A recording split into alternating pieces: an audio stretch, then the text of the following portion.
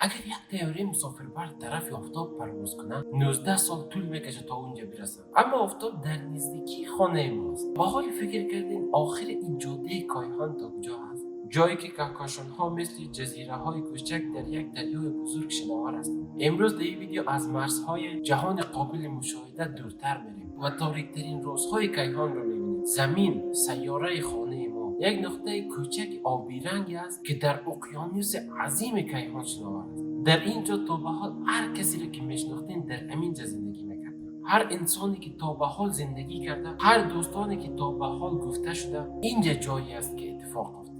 اما وقتی از زمین دورتر میشیم، اولین چیزی که در راه ما میآید ماه است. ماه حدوداً 384,000 کیلومتر از زمین فاصله دارد. فاصله اونقدر دور است که اگر بخوایم با موتور با سرعت ثابت 100 کیلومتر سفر کنیم، بیش از 160 روز طول میکشه تا به اونجا برسیم. از آنجا زمین به رنگ‌های آبی و سبز دیده میشه که در تاریکی سیاه فضا قرار گرفته. منظره‌ای که موجود ما را به فراز زمینیان نشان میده. این زمین است، رقمی که از ماه دیده میشه. وقتی سفر خود را به بیرون ادامه میدیم، مقصد بعدی ما آفتاب است. آفتاب تقریبا در فاصله یک واحد نجومی از زمین قرار دارد. یک واحد نجومی 150 میلیون کیلومتر است. معیار استاندارد برای اندازه‌گیری فاصله ها در منظومه شمسی است. فکر کنید نوری که 300,000 کیلومتر در ثانیه حرکت میکنه 8 دقیقه و 20 ثانیه زمان میبرد تا از آفتاب به زمین برسد. اگر بخواید همین فاصله را با یک طیاره هواپیما برای که 900,000 کیلومتر در ساعت حرکت میکنه، این مسیر را طی کنید حدوداً 19 سال طول میکشه تا به اونجا برسید. این فاصله عظیم یادآوری واضح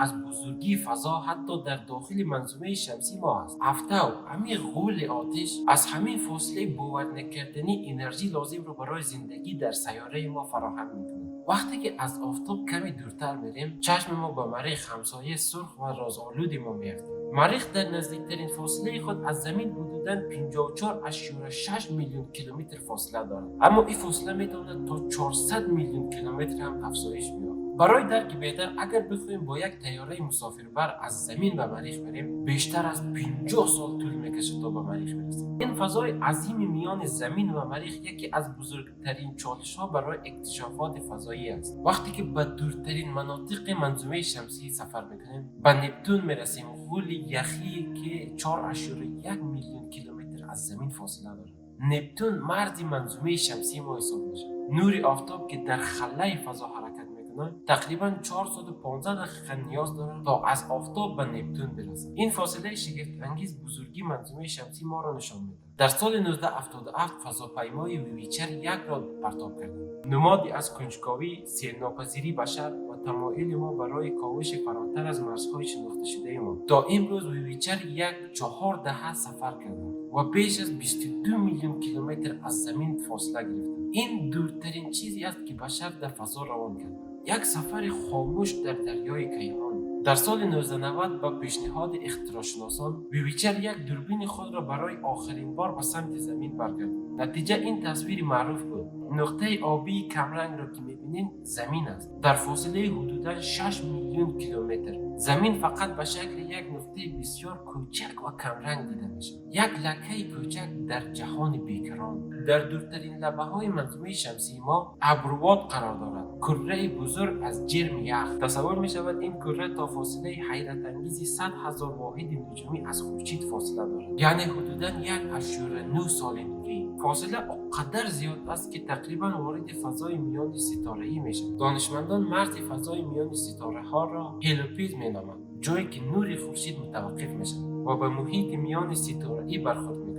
اینجا نقطه ای است که نور خورشید دیگه اینجا آماده نمیکنه و قلمروی گسترده فضای میان ستاره‌ای آغاز میشه. ابروارد آخرین مرز منظومه شمسی ما است. وقتی از منظومه شمسی عبور میکنیم، مقصد بعدی ما نزدیکترین منظومه ستاره‌ای به خورشید است، الفا قنتورس. این منظومه 41.3 تریلیون کیلومتر از ما فاصله دارد، یعنی بیش از 2.76 واحد نجومی. در چنین فاصله عظیم دیگر واحد نجومی دیگر کاربرد ندارد. به همین دلیل اختراعشناسان از سال نوری استفاده میکنند، فاصله ای که نور در یک سال طی میکنه. الفا قنترس حدوداً 4.4 سال نوری از ما فاصله دارد و با فناوری فعلی رسیدن به او منطقه غیر ممکن است. برای مثال فضاپیمای ویچر 1 با سرعت حدوداً 17 کیلومتر در ثانیه حرکت می‌کند که بیش از 70,000 سال نیاز دارد تا به این منظومه ستاره‌ای برسد. این فاصله زیاد بزرگی فضایی میان ستاره‌ای را نشان و سختی سفر میان ستاره‌ها را نشان می‌دهد.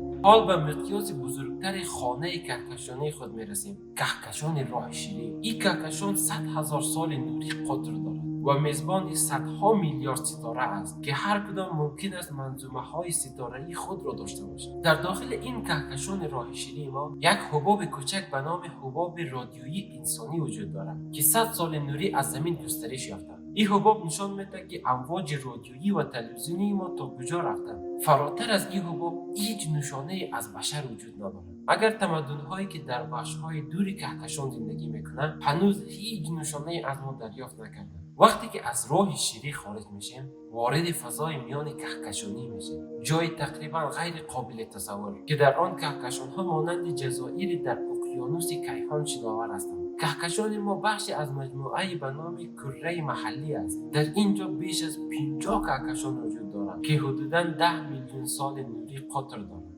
اما کمی بیشتر اگر دور بریم به ابرخوشه سنبله میرسیم، ساختار بزرگی که حدوداً 110 میلیون سال نوری قطر دارد و شامل هزاران کهکشان میشه. اگر از این دور بریم ساختار بزرگتر هم وجود دارد، ابرخوشه لاینکیا که حدوداً 500 میلیون سال نوری قطر دارد. این مجموعه عظیم شامل صدها هزار کهکشان است. در مرکز این ساختار منطقه مرموزی به نام جاذبه بزرگ قرار دارد که با نیروی گرانش عظیم خود کهکشان‌ها را به سمت خود می‌کشد. در نهایت به مرزهای جهان قابل مشاهده می‌رسیم، جهانی که قطر آن حدوداً 91 میلیارد سال نوری است. با وجود این که سن جهان حدوداً 13.8 میلیارد سال است، به دلیل بزرگی فضا اندازه آن بسیار بزرگتر به نظر می‌رسد. اما اون طرف جهان قابل مشاهده چی است؟ این یکی از بزرگترین رازهای کیهان شناسی است. ممکن است بخش‌های عظیمی از فضا وجود داشته باشد که هرگز نمی‌توانیم آنها را ببینیم.